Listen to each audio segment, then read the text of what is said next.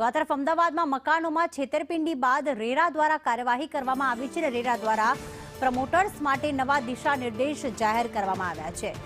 નવા પ્રોજેક્ટના રેરા રજીસ્ટ્રેશન વિના જાહેરાત નહીં કરી શકાય। જાહેરાત માર્કેટિંગ અને બુકિંગ પહેલા રેરામાં નોંધણી ફરજિયાત કરવામાં આવી છે। કયા કારણોસર હિરેનના ડિસિઝન લેવામાં આવ્યો? જો અલગ અલગ પ્રકારની ફરિયાદો રેરાને મળતી હોય છે અને એમાં કેટલાક પ્રમોટરો રજીસ્ટ્રેશન વગર જ સીધા જાહેરાત કરી અને મકાનો વેચાણ કરતા હોય છે।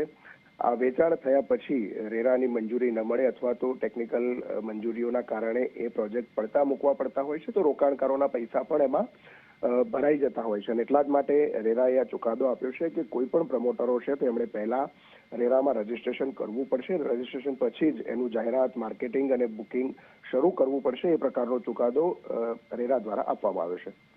આભાર તમામ વિગતો માટે હિરેન।